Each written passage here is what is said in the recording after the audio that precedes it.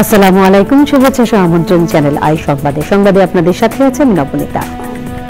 বিস্তারিত সংবাদের শুরুতেই জানিয়ে দিচ্ছি ফ্রেশ আটা, ময়দা, সুজি সংবাদ শিরোনাম। কেন্দ্রীয় ব্যাংকের নিরাপত্তা ভল্টে রাখা কর্মকর্তাদের ৩০০ সেফ ডিপোজিট সাময়িক স্থগিত, অন্য ব্যাংকের লকারও খতিয়ে দেখবে দুদক।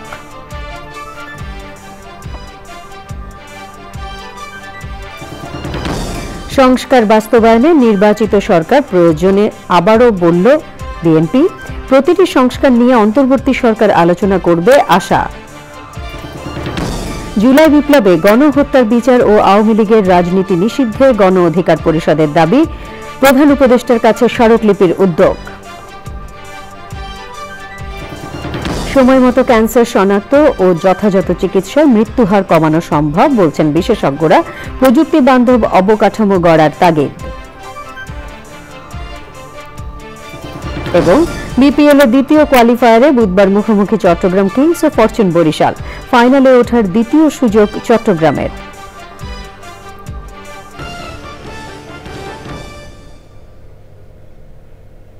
এছাড়াও নিটল টাটা বিশেষ সংবাদে থাকছে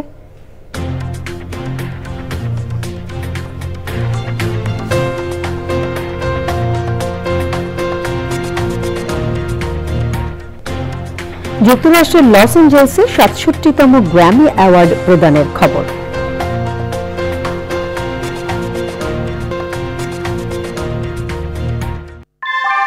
অনেকদিন থেকে আমার ইচ্ছা ছিল যে গিটার শিখবো। আমি যেহেতু স্টুডেন্ট, একবারে এতগুলো টাকাও ম্যানেজ করা সম্ভব হবে না।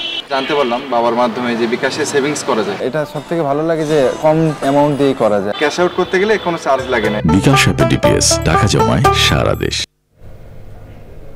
সংবাদ শিরোনামগুলো জানাচ্ছিলাম। এখনকার সংবাদ আয়োজন একই সঙ্গে চ্যানেল আই ইউটিউব চ্যানেল এবং channel I OTT platform I স্ক্রিনে লাইভ স্ট্রিমিং হচ্ছে। যাচ্ছে পুরো সংবাদে। কেন্দ্রীয় ব্যাংকের নিরাপত্তা ভল্টে রাখা সব কর্মকর্তার সেফ ডিপোজিট সাময়িক স্থগিত করা হয়েছে। বাংলাদেশ ব্যাংকের ডেপুটি মুখপাত্র জানিয়েছেন, দুর্নীতি দমন কমিশনের চিঠি পেয়ে ৩০০ সেফ ডিপোজিটে জমা এবং উত্তোলন বন্ধ রেখেছে কেন্দ্রীয় ব্যাংক।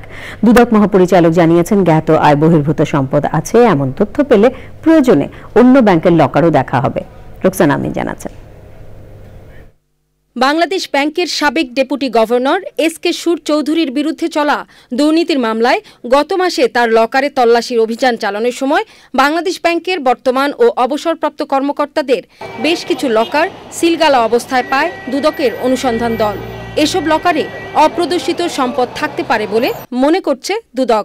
আপাতত নতুন বরাদ্দ না দেওয়া সহ কেন্দ্রীয় ব্যাংকের সাবেক ও বর্তমান কর্মকর্তাদের লকারগুলো না খুলতে চিঠি দিয়েছে দুদক। লকার ফ্রিজের অনুরোধ জানিয়ে দুদকের পরিচালক কাজী সাইমুজ্জামানের সই করা ওই চিঠিতে বলা হয়, ৩০ জানুয়ারি দুদক চেয়ারম্যান ও অর্থ উপদেষ্টার সঙ্গে সাক্ষাতে বাংলাদেশ ব্যাংকের লকারের সম্পদ ফ্রিজের সম্মতি দেওয়া হয়েছে। সংস্থাটির প্রধান কার্যালয়ে আয়োজিত ব্রিফিংয়ে এ নিয়ে বিস্তারিত কথা বলেন দুদক মহাপরিচালক। এই ধরনের যে লকারগুলো রয়েছে সেগুলো তল্লাশি করা প্রয়োজন। আমরা মনে করছি যে এইগুলোতে জ্ঞাত আয় বহির্ভূত সম্পদ অনুসন্ধান দল থেকে বাংলাদেশ ব্যাংকে সেই লকারগুলো সাময়িকভাবে ফ্রিজ করার জন্য অনুরোধ করা হয়েছে। বিজ্ঞ আদালতের অনুমতিক্রমে পরবর্তী সময়ে অনুসন্ধান দল এ বিষয়ে পরবর্তী আইনানুগ কার্যক্রম গ্রহণ করবেন। তবে লকার স্থগিত করা দুদকের এখতিয়ারভুক্ত কিনা এমন প্রশ্ন ছিল গণমাধ্যমের। দুর্নীতি দমন কমিশন আইন, মানি লন্ডারিং প্রতিরোধ আইন ২০১২ এর ক্ষমতা বলে আমাদের অনুসন্ধান দল এই পত্র লিখেছে। আমরা আইনানুগ প্রক্রিয়া অনুসরণ করেই এই লকারগুলো সার্চ করা হবে। সুযোগ সংক্রান্তে যেখানে যেখানে প্রয়োজন হবে, শুধু বাংলাদেশ ব্যাংকের জন্য নয়, যে কোনো ব্যাংকে প্রয়োজন হলে সবখানেই যাব। দুদকের আবেদনের পরিপ্রেক্ষিতে বাংলাদেশ ব্যাংকের মহানিরাপত্তা এলাকার কয়েন ভল্টে অর্থ সম্পদ জমা রাখার ব্যক্তিগত সব লকার ফ্রিজ করা হয়েছে। রোকসানা আমিন, চ্যানেল আই, ঢাকা। বাংলাদেশ থেকে পাচার হওয়া অর্থ উদ্ধারে কানাডার সহায়তা চেয়েছেন প্রধান উপদেষ্টা অধ্যাপক ড. মোহাম্মদ ইউনূস। প্রধান উপদেষ্টা বলেন, শেখ হাসিনার স্বৈর শাসনের সঙ্গে যুক্তরা বাংলাদেশ থেকে শত শত বিলিয়ন ডলার চুরি করেছে। এর একটি অংশ কানাডায় পাচার করা হয়েছে, যা দিয়ে টরন্টোর কুখ্যাত বেগম পাড়া গড়ে উঠেছে। রাষ্ট্রীয় অতিথি ভবন যমুনায় Canadian high commissioner Ajit Singh প্রধান উপদেষ্টার সঙ্গে সাক্ষাৎ করতে গেলে তিনি এসব কথা বলেন। প্রধান উপদেষ্টা আরও বলেন, তারা জনগণের কাছ থেকে টাকা চুরি করেছে এবং বেগমপাড়ায় সম্পদ কিনেছে, তাই এই সম্পদ পুনরুদ্ধার করতে কানাডার সাহায্য প্রয়োজন।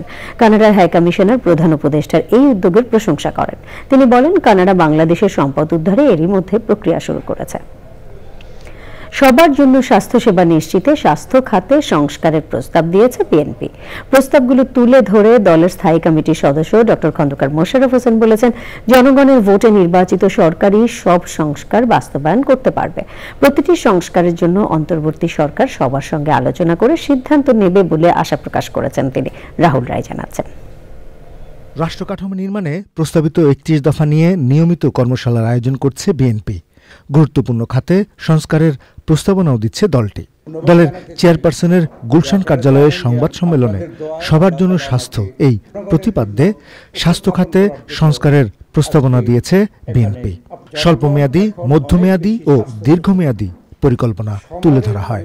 অন্তর্বর্তীকালীন সরকারের স্বাস্থ্য ব্যবস্থাপনা সংস্কার উদ্যোগকে বাংলাদেশ জাতীয়তাবাদী দল স্বাগত জানায়, তবে বিশ্বাস করে যে একটি নির্বাচিত দলের পক্ষেই বা দলের সরকারের পক্ষেই জনপ্রত্যাশার সাথে সংগতিপূর্ণ সংস্কার প্রস্তাব প্রণয়ন ও বাস্তব সম্ভব। সংস্কার নিয়ে সবার মতামত নেওয়ার কথাও বলেন ডক্টর খন্দকার মোশাররফ। আমরা আশা করি যে সরকার প্রত্যেকটা সংস্কারের ব্যাপারে এদেশের বিভিন্ন দলের সাথে এবং গোষ্ঠীর সাথে আলাপ আলোচনা করে জনগণ যে সুপারিশগুলো সমর্থন করবে সেই সুপারিশগুলো এই সরকার গ্রহণ করবে এবং জনগণের স্বার্থে তারা নিবেদিত থাকবে। দুপুরে মানিকগঞ্জ জেলা বিএনপির নবগঠিত আহ্বায়ক কমিটি নিয়ে বিএনপির প্রতিষ্ঠাতা শহীদ রাষ্ট্রপতি জিয়াউর রহমানের কবর জিয়ারত করেন বিএনপির সিনিয়র যুগ্ম মহাসচিব রুহুল কবির রিজভী। সেখানে গ্যাসের মূল্য বৃদ্ধির প্রতিবাদ জানান তিনি। গ্যাসের দাম যদি বৃদ্ধি হয় 19 টাকা প্রতি সিলিন্ডারে, এটা তো সাংঘাতিক ধরনের অর্থনীতির উপর একটা চাপ পড়বে, গরিব মানুষের উপর চাপ পড়বে। রাহুল রায়, চ্যানেল আই, ঢাকা। আগামী 2-3 মাসের মধ্যে মূল্যস্ফীতি কমে আসবে বলে জানিয়েছেন অর্থ উপদেষ্টা ডক্টর সালেউদ্দিন আহমেদ। অর্থনৈতিক বিষয় সংক্রান্ত এবং সরকারি ক্রয় সংক্রান্ত উপদেষ্টা পরিষদ কমিটির সভা শেষে তিনি বলেন, মার্চে সংশোধিত বাজেটে ভ্যাট পর্যালোচনা করা হবে। উপদেষ্টা আরও বলেন, অতি প্রয়োজনীয় জিনিস যেমন চাল, ডাল, সার, এলএনজি সরবরাহ কখনোই কমতে দেয়া হবে না।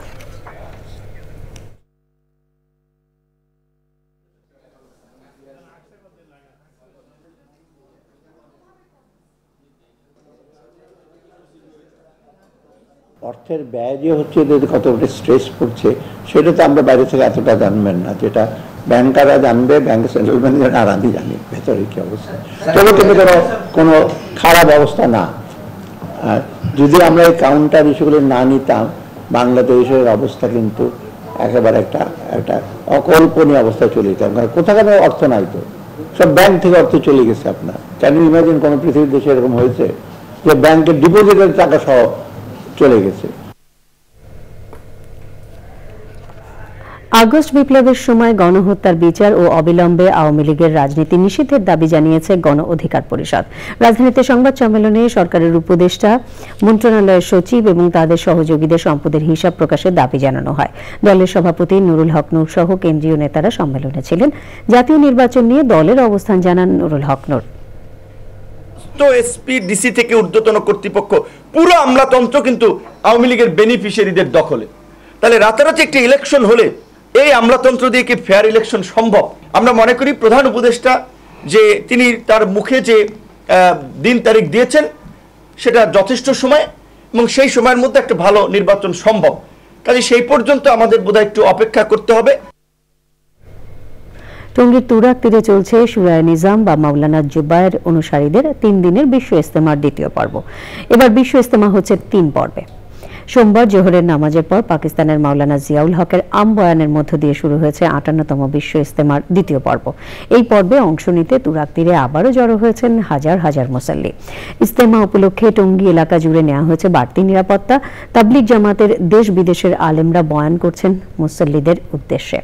বুধবার আখিরি মুনাজাতের মধ্য দিয়ে শেষ হবে মাওলানা জুবায়ের অনুসারীদের 2 পর্বের বিশ্ব ইজতেমা। 14 ফেব্রুয়ারি বৃহস্পতিবার থেকে তুরাগ তীরে আবার শুরু হচ্ছে মাওলানা সাদপন্থীদের 3 দিনের বিশ্ব ইজতেমা। জন্মের পরপরই ছুঁড়ে ফেলা হলো, প্রাণে বেঁচে গেছে 2 নবজাতক। ডাস্টবিন আর রাস্তায় ফেলে দেয়া হয়েছিল 2 শিশুকে। পোকার আক্রমণে ক্ষতবিক্ষত হয়ে যায় তাদের ছোট দেহ। পথচারীদের সাহায্যে তারা নতুন জীবন পেয়েছে। বেড়ে উঠেছে ঢাকার মাতুয়াইলের শিশু মাতৃ স্বাস্থ্য ইনস্টিটিউটে। আলী আসগরের ক্যামেরায় 2 নবজাতকের কথা জানাচ্ছেন মোস্তফা মল্লিক।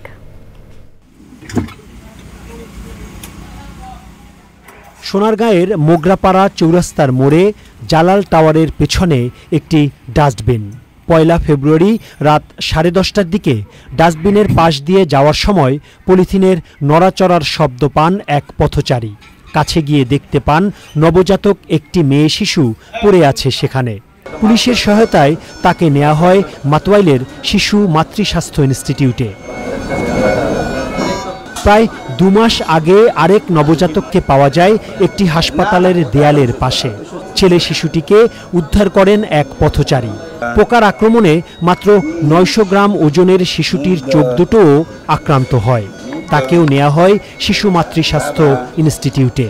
মেয়েটির নাম রাখা হয় নাইলা, যার অর্থ আল্লাহর রহমত পাওয়া, আর ছেলে শিশুটির নাম মুগ্ধ।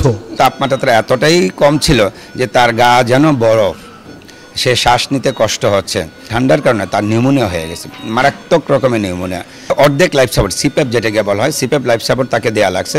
এই চিকিৎসক বলছেন ফেলে দেয়া এমন নবজাতকের সংখ্যা বাড়ছে, যা সমাজের জন্য মঙ্গলজনক নয়।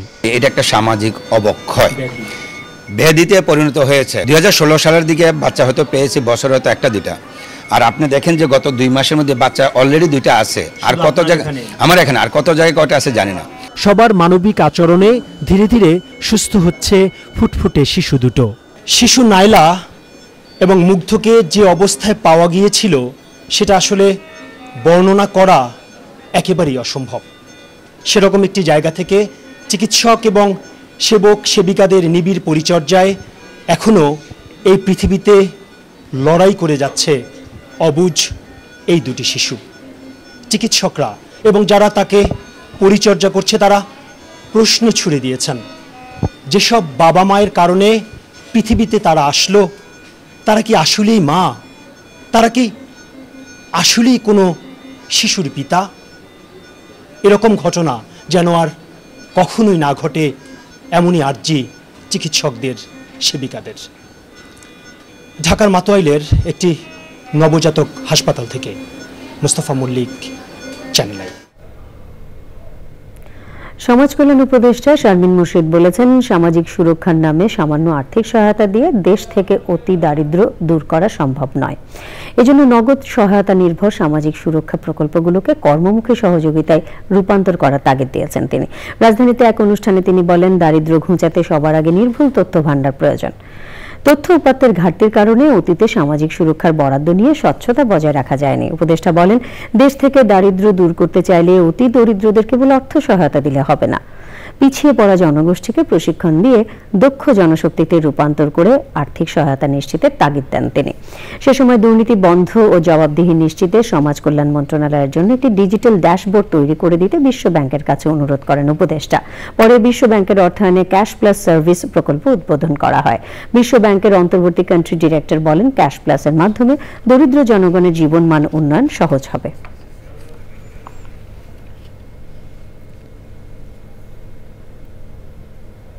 যে আমার 50% মানুষ যাদের একটা পাওয়া দরকার তারা পাচ্ছে না, তাহলে আপনি বুঝে দেখুন যে আমার বাজেট যদি 1000 কোটি হয়, আমার 500 কোটি টাকা ওয়েস্টেড। এটা তো ভয়ঙ্কর। 800 টাকাটা কিন্তু বিষয় নয়। এটা অত্যন্ত একটা দুঃখের সাথে আমি বলতে চাই যে দিস ইজ সিম্পলি একটা প্রহসন। এটা একটা প্রহসন। 800 টাকা দিয়ে আমি ক্ষমতায়ন করব? বিশ্ব ক্যান্সার দিবস আজ। উন্নত বিশ্বে প্রাথমিক পর্যায়ে ক্যান্সার শনাক্ত করার মাধ্যমে যথাযথ চিকিৎসায় মৃত্যুহার কমানো সম্ভব হয়েছে। বাংলাদেশেও এটি সম্ভব বলে মনে করেন যুক্তরাষ্ট্রের বিখ্যাত রেডিয়েশন অঙ্কোলজিস্ট বাংলাদেশি বিশেষজ্ঞ সাইফুল হক। তিনি বলেছেন, কৃত্রিম বুদ্ধিমত্তা বা AI ব্যবহার করে মাত্র 1 ঘন্টায় মানবদেহে জিনের পরিবর্তন দেখে ক্যান্সার শনাক্ত করা যায়। এজন্য প্রযুক্তি বান্ধব অবকাঠামোর উপর জোর দিয়েছেন তিনি।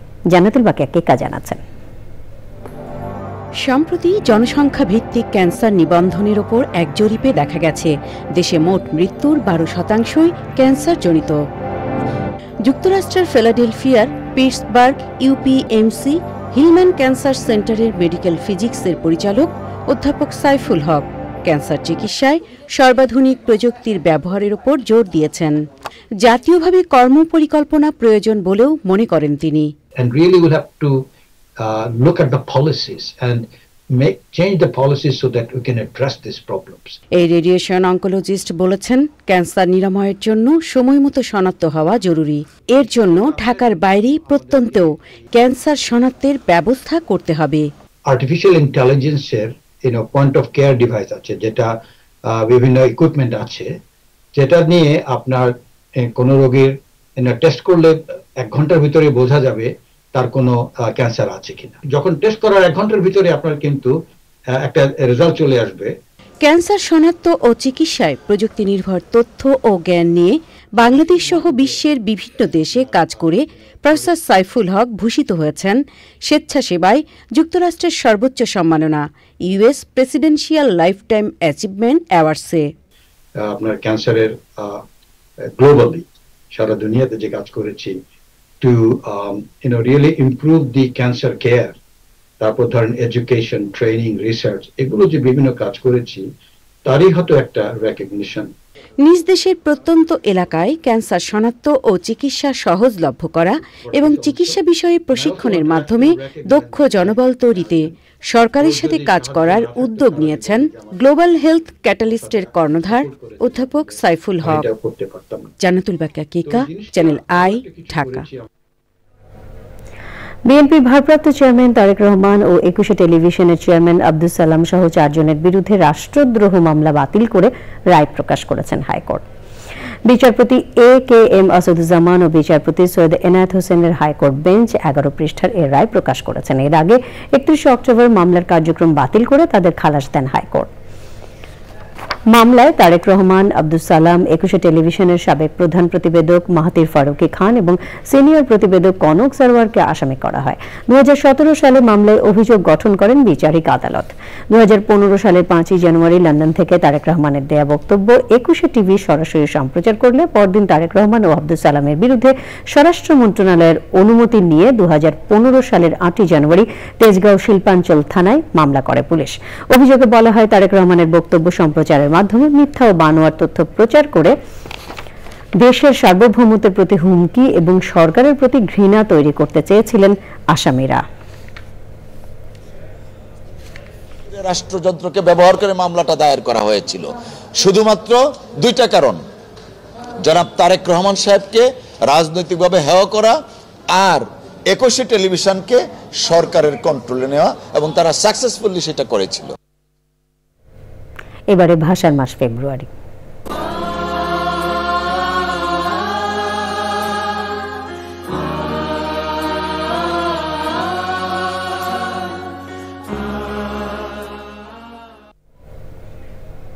অমর 21 বইমেলার 4র্থ দিন আজ। আসছে নতুন নতুন বই, সেখানে আছেন ইফতেখার উদ্দিন। যাচ্ছি তার কাছে। ইফতি, 4র্থ দিনে বইমেলায় আপনি পাঠক সমাগম কেমন দেখছেন?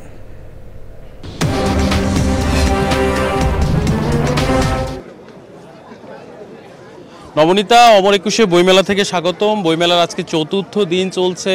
আমি আজকে যে খবর পেয়েছি, এই পর্যন্ত বইমেলায় প্রকাশিত নতুন বইয়ের সংখ্যা 50 ছাড়িয়ে গেছে।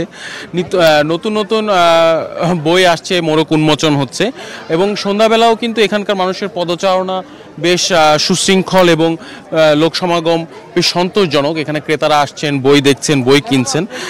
আমি এখন আছি রিদম প্রকাশনা সংস্থার সামনে। আমার সাথে মজুদ আছেন মেলা পরিচালনা কমিটির সদস্য এবং বাংলাদেশ সৃজনশীল প্রকাশক সংস্থার সেক্রেটারি গফুর হোসেন। আমি একটু তার কাছে জানতে চাই যে এবারের বইমেলায় আপনি সার্বিক পরিস্থিতি নিয়ে আপনার পর্যবেক্ষণটা কি? সার্বিক পরিস্থিতি নিয়ে আমার পর্যবেক্ষণে প্রথমেই আমি বলবো যে মেলা খুবই সুন্দর পরিপাটি মতে হচ্ছে। মেলায় লোক সমাগম প্রথম দিন থেকেই ভালো। পাঠক, লেখক এবং প্রকাশকদের যে একটা মিলন মেলায় যে মেলায় রূপান্তরিত হয়, এটা আমি প্রথম দিন থেকেই আমি লক্ষ্য করছি যে উপচে পড়া পাঠকদের একটা আগ্রহ আছে বইয়ের প্রতি, কারণ বইয়ের তো কোনো বিকল্প নেই। মেলায় কি কোনো ধরনের উত্তেজনামূলক পরিস্থিতি আপনার চোখে পড়েছে? আমার চোখে পড়েনি। আমি কিন্তু প্রতিদিনই মেলায় পুরো মাঠটি আমি চষে বেড়াচ্ছি, দেখছি। মেলা পরিচালনা কমিটির একজন সদস্য হিসাবে পুরো মাঠকেই আমি দেখছি যে এই ধরনের কোনো পরিস্থিতি নেই। সুশৃঙ্খলভাবেই পাঠকরা তাদের বই খুঁজে দেখছে, প্রিয় লেখকের বই তারা খুঁজছে, দেখছে। এবং অনেক উৎসাহ উদ্দীপনার মাধ্যমে কিন্তু স্কুলের ছাত্রছাত্রীরাও আসছে, বিশ্ববিদ্যালয়ের ছাত্রছাত্রীরা দেখছে, সাধারণ পাঠকরা, বৃদ্ধ পাঠকরা, সব শ্রেণীর পাঠকরাই কিন্তু মেলায় উপস্থিতি আমি দেখছি এবং লক্ষণীয়। এটা আমার একটা প্রশ্ন ছিল, অনেকে অভিযোগ করছেন যে বই মেলায় মোবাইল নেটওয়ার্কিং এর একটু প্রবলেম হচ্ছে এই নেটওয়ার্কটা পেতে। এই বিষয়ে কি আপনারা কাজ করছেন? হ্যাঁ, এই অবশ্যই এই বিষয়ে কাজ করছেন। এই মোবাইল নেটওয়ার্কিংয়ের বিষয়টা অনেকেই অভিযোগ করেছেন। আসলে মেলাটা তো আপনি বুঝতেই পারেন যে একটা বিশাল একটা আয়োজন। বাংলা একাডেমি সহ যারা প্রকাশক আছে সকলের আন্তরিক সহযোগিতায় কিন্তু এই মেলাটা সুন্দর হয়। তো এই আয়োজনের মধ্যে প্রথম দিন থেকেই আমি বলবো যে উদ্বোধনীর পর থেকেই কিন্তু দেখা যাচ্ছে যে মেলায় উপচে পড়া দর্শক, এবং যেভাবে আমরা কিন্তু এইভাবে আশা করি নাই যে মেলায় কিন্তু প্রথম 3-4 দিন কিন্তু ওইভাবে দর্শক শূন্য থাকে, কিন্তু আপনি মেলায় ঘুরে দেখেন যে দর্শক মানে তাদের ছেলে মেয়ে নিয়ে যেভাবে আসছে। আমরা আগামী দিনগুলোতে কিন্তু আমি মনে করি যে শুক্রবারের পর থেকে মেলা ট্রেন্ড অনেকটাই মানে উৎসবমুখর হয়ে যাবে। ধন্যবাদ জনাব গফুর হোসেন। নবনীতা, এই ছিল মেলা থেকে সর্বশেষ। ইফতেখার, ধন্যবাদ আপনাকে। এবারে বিপিএল আপডেট। দেশ বদলাই, পৃথিবী বদলাই, আবার এলো বিপিএল, এলো বিপিএল। বিপিএল সিজন 11 এর দ্বিতীয় কোয়ালিফায়ারে খুলনা টাইগার্সের মুখোমুখি হবে চট্টগ্রাম কিংস। মিরপুরের হোম অফ ক্রিকেটে বুধবার সন্ধ্যা 6:30টায় শুরু হবে ম্যাচ। আসলে দুর্দান্ত ছন্দে থেকে কোয়ালিফায়ার নিশ্চিত করে চট্টগ্রাম কিংস। প্রথম কোয়ালিফায়ারে ফরচুন বরিশালের বিপক্ষে হারলেও ফাইনালে ওঠার আরেকটি সুযোগ চট্টগ্রামের সামনে। চট্টগ্রামের ওপেনার পারভেজ হোসেন ইমন এবং শামীম পাটোয়ারি আছেন ছন্দে। এলিমিনেটরে শক্তিশালী রংপুর রাইডার্সকে উড়িয়ে দিয়ে কোয়ালিফায়ার নিশ্চিত করেছে খুলনা টাইগার্স। খুলনা টাইগার্সের হয়ে দুর্দান্ত ছন্দে রয়েছে ওপেনার নাইম শেখ। এরই সাথে সংবাদে নিয়ে নিচ্ছে খানিকক্ষণের বিরতি, আর বিরতির পর অন্যান্য সংবাদের সাথে জানিয়ে ফিরব। বিরতির পর আমন্ত্রণ আরও একবার। কানাডা ও মেক্সিকো পণ্যে শুল্ক আরোপের 1 মাসের জন্য স্থগিত করেছেন মার্কিন প্রেসিডেন্ট ডোনাল্ড ট্রাম্প। তবে চীনে পণ্যের আরোপ করা অতিরিক্ত 10% শুল্ক কার্যকর হয়েছে। চীনও পাল্টা পদক্ষেপ হিসেবে যুক্তরাষ্ট্রের অপরিশোধিত তেল আমদানিতে 10% শুল্ক আরোপ করেছে। মঙ্গলবার নতুন শুল্ক কার্যকর হওয়ার কয়েক ঘন্টা আগে কানাডা ও মেক্সিকোর শুল্ক স্থগিতের সিদ্ধান্ত জানানো হয়।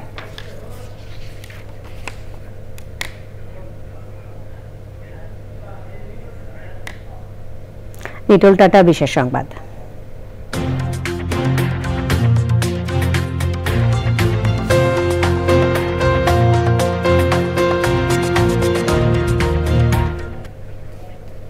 যুক্তরাষ্ট্রের লস অ্যাঞ্জেলসে হয়ে গেল 67তম গ্র্যামি অ্যাওয়ার্ড অনুষ্ঠান। অত্যন্ত জাঁকজমকপূর্ণ আয়োজনে অনুষ্ঠিত হয় আমেরিকার সবচেয়ে সম্মানজনক এই সঙ্গীত পুরস্কার।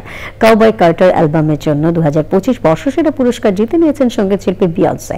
এই অনুষ্ঠানে বিভিন্ন ক্যাটাগরিতে 90টিরও বেশি পুরস্কার দেওয়া হয়েছে। এছাড়া সেরা নতুন শিল্পী বিভাগে জয় পেয়েছেন চ্যাপেল রোয়ান। সেরা পপ সোলো পারফরমেন্স জিতেছেন সাব্রিনা কার্পেন্টারের এক্সপ্রেসো। গ্র্যামি অ্যাওয়ার্ড মার্কিন দ্য রেকর্ডিং একাডেমি প্রবর্তিত বার্ষিক পুরস্কার, যা সঙ্গীত শিল্পে অসাধারণ অবদানের জন্য দেয়া হয়। 1958 সাল থেকে এই পুরস্কার দেওয়া হচ্ছে। পূর্বালী ব্যাংক বাণিজ্য সংবাদ।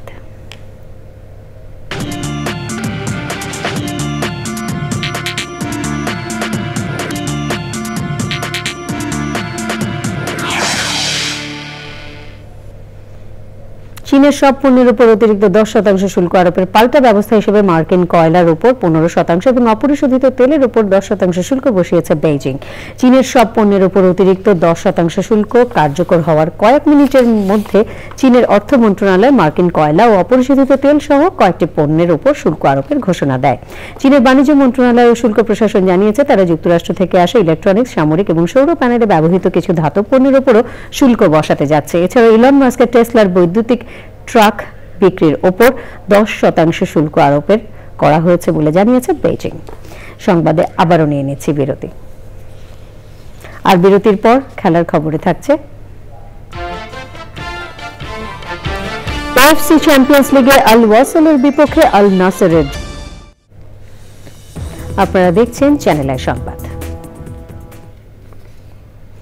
পল্লী বিদ্যুৎ সমিতির কর্মকর্তা কর্মচারীদের নামে হয়রানিমূলক মামলা প্রত্যাহার করে চাকরিতে পুনর্বহাল সহ 5 দফা দাবি জানিয়েছেন ভুক্তভোগীরা। সকালে রাজধানী সেগুনবাগিচায় ঢাকার রিপোর্টার্স ইউনিটিতে এক সংবাদ সম্মেলনে এই দাবি জানান তারা। বলেন, গ্রাম ও শহরের বিদ্যুৎ বৈষম্য দূর করা, দুর্নীতি প্রতিরোধ এবং জবাবদিহিতা নিশ্চিত করে আরইবি পিবিএস এর বিদ্যমান সংকট নিরসনে সংস্কারের মাধ্যমে দ্বৈত নীতি পরিহার করে দুটি সংস্থাকে একীভূতীকরণ এবং চুক্তিভিত্তিক অনিয়মিত চাকরি নিয়মিত করতে হবে। পল্লী বিদ্যুতায়ন বোর্ড কর্তৃক সমিতির কর্মীদের দমন-পীড়ন ও নির্যাতন বন্ধে দাবি জানিয়ে নিরপেক্ষ কমিশন গঠন করে আরইবির দুর্নীতিবাজ কর্মকর্তাদের শাস্তির দাবি জানান তারা।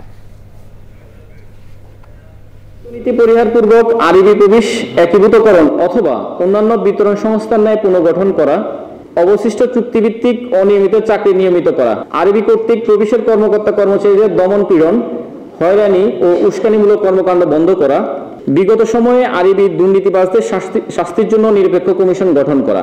আপনারা জানেন যে শতভাগ বিদ্যুতায়নের নামে দেশে কি হরিলুট হয়েছে, স্মার্ট মিটারের নামে বিভিন্ন প্রজেক্টের নামে বিগত সময়ে কি পরিমাণ দুর্নীতি হয়েছে। এই দুর্নীতির আখড়া পল্লী বিদ্যুতায়ন বোর্ডে যারা করেছেন সেই দুর্নীতিবাজরা এখনো বহাল তবিয়তে আছেন। আইডিয়াল স্কুল অ্যান্ড কলেজ অভিভাবক ফোরামের আয়োজনে গরিব ও দুস্থদের মাঝে কম্বল বিতরণ করেছে। সকালে আইডিয়াল স্কুল অ্যান্ড কলেজের বনশ্রী শাখায় কম্বল বিতরণ অনুষ্ঠানে গভর্নিং বডির সভাপতি, সাবেক স্বরাষ্ট্র সচিব ও বিএনপি চেয়ারপারসনের উপদেষ্টা এস.এম. জহুরুল ইসলাম সহ স্কুলের অভিভাবকরাও উপস্থিত ছিলেন।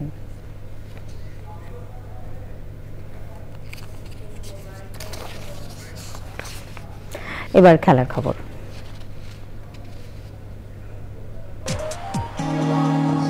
শিরোনামগুলো জানিয়ে দিচ্ছি আরো একবার। কেন্দ্রীয় ব্যাংকের নিরাপত্তা ভল্টে রাখা কর্মকর্তাদের 300 সেফ ডিপোজিট সাময়িক স্থগিত, অন্য ব্যাংকের লকারও খতিয়ে দেখবে দুদক।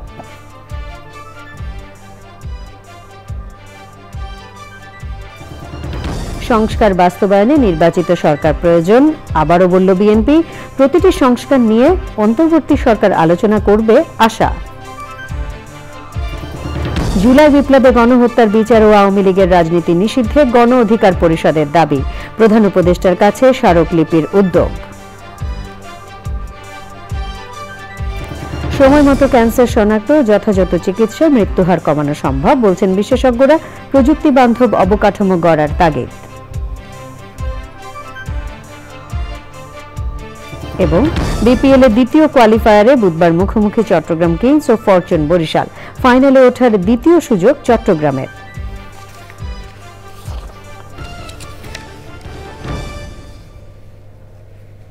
প্রিয় দর্শক, চ্যানেল আই সবশেষ সংবাদ জানতে ভিজিট করুন channelionline.com এ যুক্ত থাকুন আমাদের সোশ্যাল মিডিয়া প্ল্যাটফর্মগুলোর সাথে। পরবর্তী সকল সংবাদ দেখার আমন্ত্রণ রইল। ধন্যবাদ সবাইকে।